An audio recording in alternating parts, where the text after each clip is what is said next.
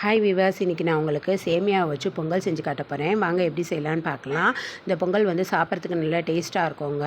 எங்கள் வீட்டில் பெரும்பாலும் யாருக்காவது சளி பிடிச்சிருந்தாலும் நைட்டு தொண்டை கரகரன்னு இருக்குது அப்படின்னாலும் சரி, இதை நைட்டு நேரம் செஞ்சிங்கனாலே காலையிலேயே கொஞ்சம் ஃப்ரீயான மாதிரி இருக்கும். அதனால் இதை நான் அடிக்கடி செய்வேங்க. இதை வந்து முதல்ல ஒரு பாத்திரத்தில் நீங்கள் சேமியா போட்டு அதை நல்லா ப்ரௌனாக வறுத்து எடுத்து வச்சுக்கோங்க. அதுக்கப்புறம் குக்கரில் தண்ணி ஊற்றி அதில் பாசிப்பருப்பு போட்டுக்கோங்க. போட்டு அதை நல்லா 5-6 விசில் வேக வச்சு அதை எடுத்து இப்படி நல்லா மசிச்சு வச்சுக்கோங்க.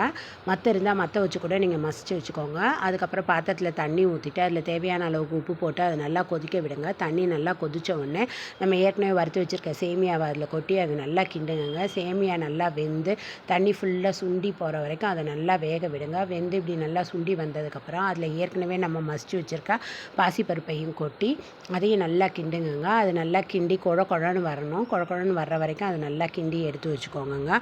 அதுக்கப்புறம் ஒரு பாத்திரத்தில் எண்ணெய் ஊற்றிக்கோங்க. போட்டு அது கூடவே நான் வந்து மிளகை வந்து நல்லா மிக்சியில் போட்டு அடித்து பொடியாக்கி அது தூளத்தாங்க போட்டிருக்கேன். போட்டு அது கூடவே சீரகமும் போட்டு அது ரெண்டையும் நல்லா மிக்ஸ் பண்ணி அதை வந்து இந்த கலவையில் கொட்டிக்கோங்க. இன்னும் டேஸ்ட்டுக்கு தேவைப்படுறவங்க முந்திரி பருப்பு கூட இதில் போட்டுக்கலாம். நான் வந்து முந்திரி பருப்பு சேர்க்கலை. தேவைப்படுறவங்க முந்திரி பருப்பு, நெய் எல்லாமே ஆட் பண்ணி சேர்த்திங்கன்னா இது சாப்பிட்டு செம்ம டேஸ்ட்டாக இருக்கும். இது எப்படி இருக்குன்னு செஞ்சு பாருங்கள்.